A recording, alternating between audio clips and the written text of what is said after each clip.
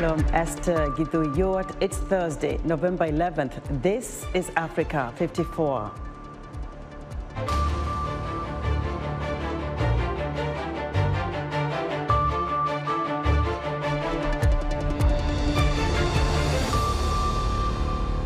In a massive crackdown, Ethiopian authorities round up high-profile Tigrayans.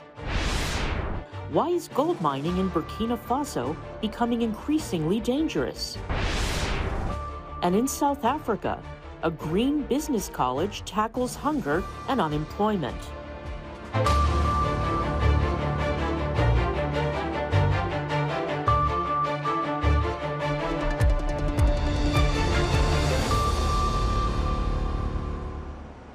Ethiopian authorities have rounded up high-profile Tigrayans, from a bank CEO to priests, as well as United Nations staff, in a mass crackdown on suspected supporters of rebellious northern forces, according to people linked to the detainees. Gabino Gary has the story. Ethiopian authorities have rounded up high-profile Tigrayans, from a bank CEO to priests, as well as United Nations staff, in a mass crackdown on suspected supporters of rebellious northern forces, people linked to the detainees told Reuters. Police denied targeting the Tigrayan ethnic group, saying those arrested were believed to have links to the Tigray People's Liberation Front, or TPLF, which has fought the central government for a year. Ethiopia declared a state of emergency last week that permits the government to arbitrarily arrest, without a court order, anyone suspected of collaborating with a terrorist group. Parliament designated the TPLF as a terrorist group earlier this year. The state of emergency also requires citizens to carry ID cards that can indicate ethnic origin. The war has killed thousands, forced more than 2 million people from their homes, sucked in troops from neighboring Eritrea, and left hundreds of thousands in famine. U.S. Secretary of State Antony Blinken on Wednesday said he believes all sides see the dangers of perpetuating the conflict, and warned that there is no military resolution to the differences between the parties. There is an opportunity, I hope, for everyone to pull back, to sit down, to get a halt to what's happening on the ground, and ultimately to produce a ceasefire, to have access for humanitarian assistance, and over time to negotiate a more durable political resolution. These are United Nations staff members. The United Nations said on Tuesday at least 16 Ethiopian staff and dependents were detained, but has not specified their ethnicity. On Wednesday, it said 9 were still in custody. The Ethiopian Human Rights Commission said the arrests of Tigrayans were at least in the hundreds, including elderly people and mothers with children. Gabino Gary of Reuters reporting. Terrorist attacks on gold mining operations in Burkina Faso are becoming a regular occurrence. Reporter Henry Wilkins examines the impact the attacks are having on the lives of survivors and what it could mean if extracting gold, the country's primary source of income, becomes too dangerous. Bakari, whose name has been changed to protect his identity, is a survivor of the Yurgu massacre. The attack by an unknown terror group in June this year targeted a small informal gold mining site, like this one, and killed at least 160 people, mostly mine workers. When I was hiding up on the roof, I saw women and then children. At first, I thought they were being kidnapped, and then I realized it was they themselves who were wreaking havoc. When they finished shooting, it was around 4:30 a.m., and then they started to burn buildings and vehicles. Burkina Faso is the fastest growing producer of gold in Africa, while informal mining is estimated to employ and indirectly support around 3 million people. Large-scale commercial mining by foreign companies brought in $300 million of revenue to the government in 2018. But as groups linked to the Islamic State, Al-Qaeda and bandits have stepped up attacks on miners, extracting gold is seen as increasingly dangerous. Since August, there have been 2 attacks on convoys belonging to I Am Gold, a company headquartered in Canada, and one on a convoy owned by Endeavour Mining, headquartered in the Cayman Islands. The attacks left 6 dead. Salam, whose identity we have also protected, survived an assault on a mining convoy on the same route in 2019. He played dead as terrorists killed 40 of his colleagues. He now works for a different company, but says today of his colleagues, "We no longer want to take the convoys along the road to the mine because it has become dangerous. The problem we have now is that the gendarmerie during the last attack were able to kill 2 terrorists. The terrorists are going to want revenge. They are going to want revenge." He says he needs the money, however, and has to keep working. In recent weeks, mining companies in Burkina Faso have begun transporting local employees to mines by air instead of by road. Previously, only foreign staff flew to the mines. But some logistics still must be done by road. A security consultant for mining companies operating in Burkina Faso said of the recent attacks, "The producing mines have regular convoy activity to keep their mines supplied, crew rotations, consumables, spare parts, plant and equipment, and so on. So we have seen, correspondingly with this spike of incidents through the wet season, we have seen incidents involving convoys.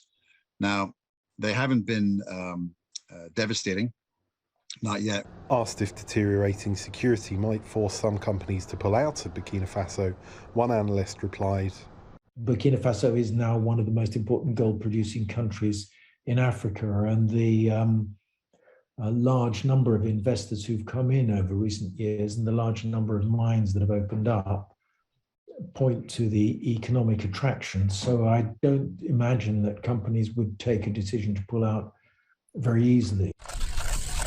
Analysts say major disruption to the gold mining industry could have far-reaching impacts for the already fragile state. Henry Wilkins for VOA News, Usaid, Burkina Faso. Former South African President F.W. de Klerk, the man who oversaw South Africa's transition from apartheid to full democracy for its majority black population, has died at 85. A spokesman for the F.W. de Klerk Foundation says the former president died at his home Thursday after a brief battle with mesothelioma, a form of cancer that affects the lungs. On February 2nd, 1990, just months after becoming president, de Klerk announced he was releasing Nelson Mandela, the anti-apartheid icon, from prison after 27 years and ending the decades-long ban on the African National Congress. The move eventually led to Mandela's election as South Africa's first black president in 1994 and ushered in the end of white minority rule. South Africa has seen rising unemployment and hunger since the onset of the COVID-19 pandemic. Linda Giftash in Johannesburg reports on one school, the Green Business College, is tackling these issues with innovation, giving people the skills to not only grow their own produce, but also make money to help their families and build their careers. At this community center east of Johannesburg, more than 24 students are learning skills that would have been common among their grandparents' generation. The Green Business College is trying to teach them the basics of organic gardening and food preservation by making jams and sauces. For some, it's expanding on hobbies they discovered in pandemic lockdown. It's also feeding their entrepreneurial aspirations. It's a lost art completely. Most of my peers around my age, they'd rather buy than make. I want to see myself in top retailers. I want to probably get to a point where that I can make a sustainable living from preserving marula fruit. Making an empire of his late grandmother's jam recipe would be a major career change for the 32-year-old who currently works for a sporting apparel retailer. Other students are hoping the skills will simply get them into the workforce. More than 30% of South Africans are jobless. College administrators believe the school's courses that include beekeeping can inspire people to create their own employment opportunities while addressing issues that come with poverty. They say, give a man a fish, you have fed him for the day. Teach him how to fish, you have fed him for a lifetime. It's all about power. Take back your power and use it where, invest it in your soil is going to benefit you so that people can come and buy from you and buy health. South Africa suffers from what experts call a double burden of malnutrition, experiencing extremes of both hunger and obesity. Small farms like the one set up by the college are viewed as a part of the solution to providing healthy foods to communities. We believe in shifting people the whole diet to consuming more fresh produce, to produce more food within their communities, and then obviously a look at food gardens. That to us will be a very important critical element of South Africa's mindset. Produce your own food as well, and not only rely on the food system. More than 120 students have studied at the main college in downtown Johannesburg in the past year, while many more have participated in workshops around South Africa. Graduates have used their creativity to expand beyond selling vegetables and jams. Sapiso Malloy's line of hot sauces include a pineapple-infused variety and a ghost pepper sauce with an extreme kick. And in less than 4 months since launching, she's had 2 butcher shops request her products for their shelves. I wouldn't have been able to have had the knowledge around preservation that I got from the school. I wouldn't have had the momentum to keep it going, because that mentorship and coaching keeps you on the alert. The college sees the potential for more successes like hers. It has been expanding its course offerings around Southern Africa so more people can try their hand at growing spinach or making spice. Linda Giftash for VOA News, Johannesburg. Award-winning waste converters are helping farmers in Ivory Coast turn mountains of agricultural byproducts into compost for their fields or gas for their stoves. Soraya Ali has more. Some farmers in Ivory Coast are turning agricultural waste into compost for their fields and gas for their stoves using these award-winning waste converters. The small green box is called Kubeko. One box can generate 330 pounds of compost per month. By making use of the 30 million tons of waste generated each year by crop production and other bio-waste like animal dung. Farmers like palm oil producer Michel Ori simply throw in organic matter and wait for weeks. Nous allons facilement atteindre les 40 tonnes à l'hectare par année. We'll easily reach 40 tons per hectare this year because with this fertilizer, it's natural, it's organic, it's appropriate for our soil, for our fields. We'll triple our production. The system is the brainchild of chemical engineer Noel Engesson, who won over $33,000 from the UK's Royal Academy of Engineering for the contraption. Here is how we build a Kubeko fertilizer box. The Kubeko fertilizer box is an agricultural tool. It helps producers to transform their own organic waste into fertilizer as solid compost or liquid fertilizer. The team also produces biodigesters, similar metal box-like contraptions that can fuel 2 hours of cooking on the gas generated from 11 pounds of waste per day, while producing litres of liquid compost. This kind of gas production could be a sustainable alternative source of cleaner energy in rural areas in West Africa. That was Soraya Ali of Reuters reporting. We're excited to hear what you think about Africa 54. Join the discussion on Facebook. The address is Africa 54. We're also streaming our broadcast live on Facebook. Please watch and share our show with your friends. Also, check out our headlines 24/7 on voaafrica.com. Still to come, we'll tell you about the battle to decrease global malnourishment. We'll be right back.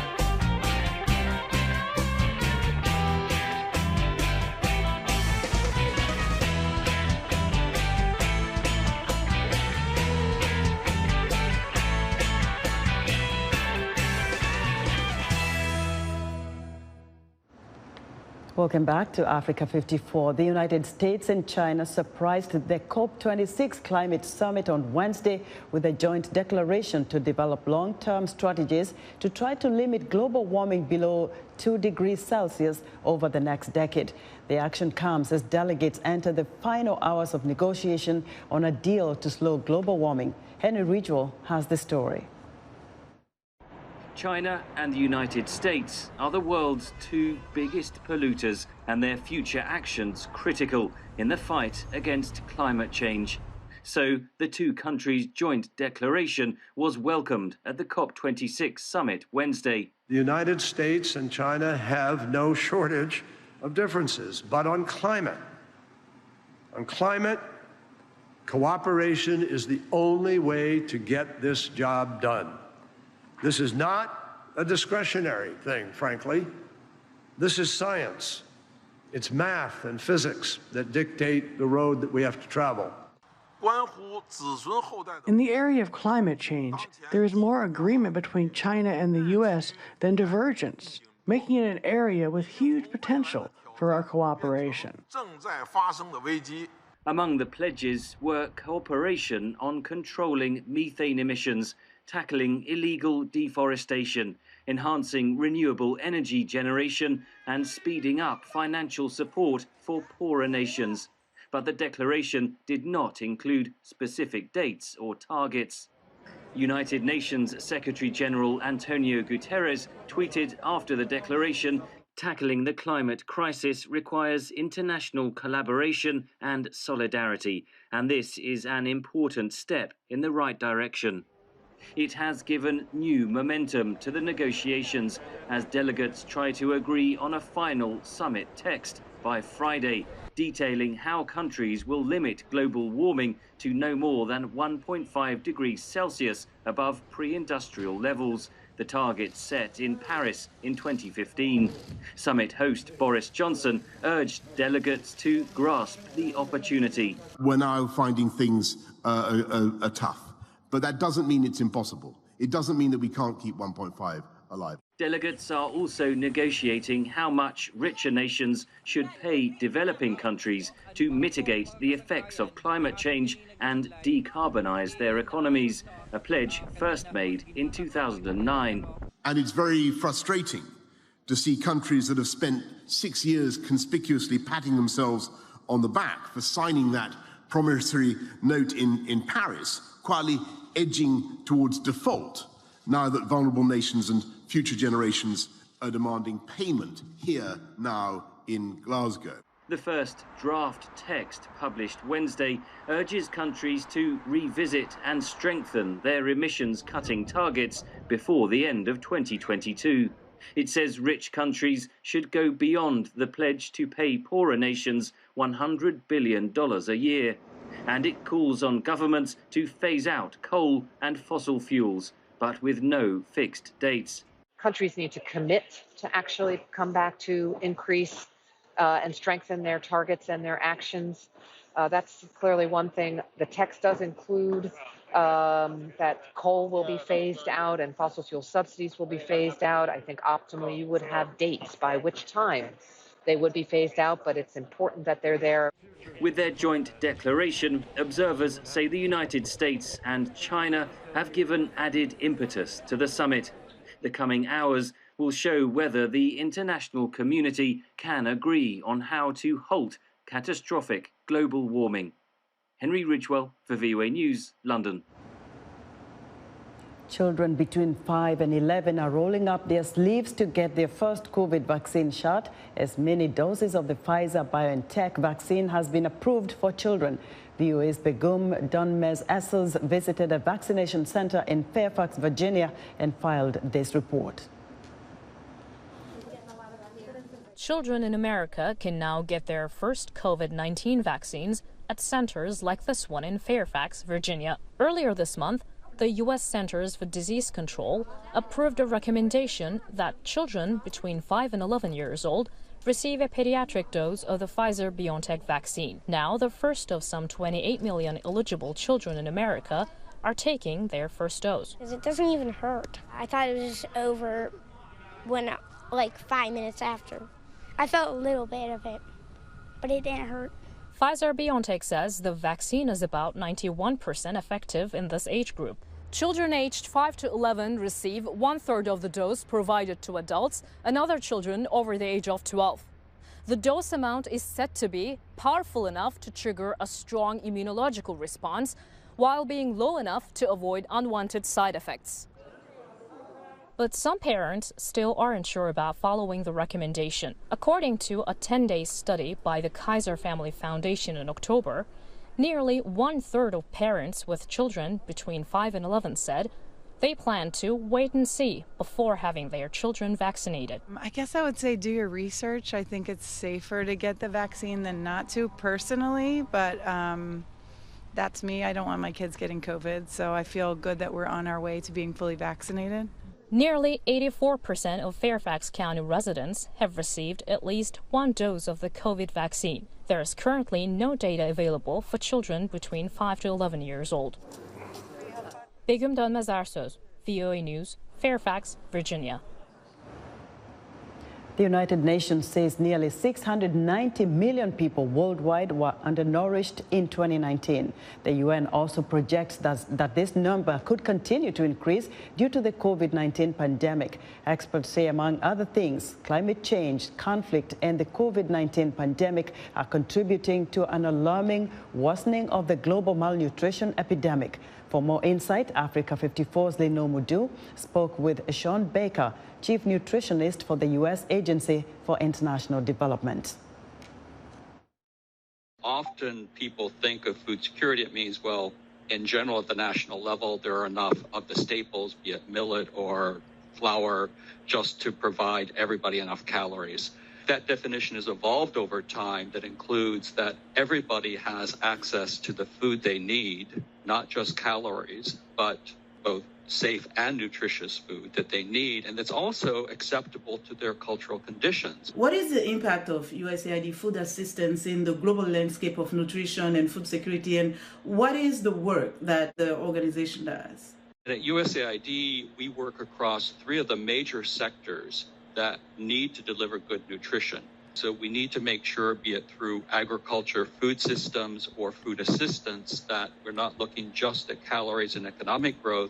We're also looking at making sure those foods are safe and nutritious. We're moving from just feeding people to nourishing people. Secondly, there are essential actions in the health system that both the health interventions, but also nutrition interventions. For example, delivering life-saving vitamin A supplements. And of course, on the humanitarian side, that core to humanitarian assistance are these life-saving nutrition services. Undernutrition is an attributable cause of 45% of under 5 deaths. And for those children who survive malnutrition, we know we fundamentally deprive them of their optimal cognitive and physical development. The impact of COVID-19. What is the projected short-term and long-term impact of the pandemic on nutrition? This pandemic is perhaps the gravest threat to our progress in nutrition, because every system that families rely on to nourish their children and their mothers, every system is being disrupted at the same time everywhere in the world. There's a group of researchers came together to try to project what could be the outcome. That combination of increases in wasting combined with a decrease in access to nutrition services could result in 283,000 additional child deaths. And it was estimated within that same publication that the increase in resources needed globally would be about $1.2 billion a year to offset those alarming projections. I want to be optimistic, as they are not destiny. That's what will happen if we do not take the necessary actions to avert those grim projections. What's been incredibly encouraging is the degree to which these decades of investment in capacity have resulted in a huge ability to innovate, to use data, to pivot programming, to adjust programming, to start trying to mitigate the impacts of this. Many countries are expanding their social safety nets to account for this increase in poverty. And how do you, when you expand those social safety nets, make sure they're designed in a way that will optimize nutrition impacts? Also make sure that in the very necessary focus on stopping the pandemic, nutrition is not positioned as something as nice to do. We can wait, but we need to actually stop the virus and secure our nutrition gains at the same time. At the recent Food Systems Summit, the U.S. announced a commitment of $5 billion through Feed the Future, the U.S. government's global hunger and food security initiative. What will the priorities be, and what should we anticipate seeing in the next 5 years? One is scaling up large-scale food fortification. So we're making sure we're securing access to essential vitamins and minerals. Second, if you look at most consumers in low and middle income countries, their big interface with private sector partners is small and medium enterprises who face real challenges in producing nutritious foods. And those challenges are not just technical from the nutrition, but how do they actually have access to the sorts of financing that they need to grow their business in a way that will give consumers more and more access to safe, nutritious foods. Thirdly, a new Feed the Future Innovation Lab on food systems for nutrition, which illustrates exactly the sorts of evidence that need to be generated to guide governments and the choices they make. And then fourth, this real focus on children's diets, also mothers' diets. Now let's talk about climate change, which is a big topic, COP26 happening in Glasgow. You actually talk about 3 priority areas to help mitigate the effect of climate change. What are these areas, and why are they critical? It certainly is disrupting every system, including particularly the food system. At the same time, we know the global food system is a major contributor to greenhouse gases, so we do need to have a food system that reduces that.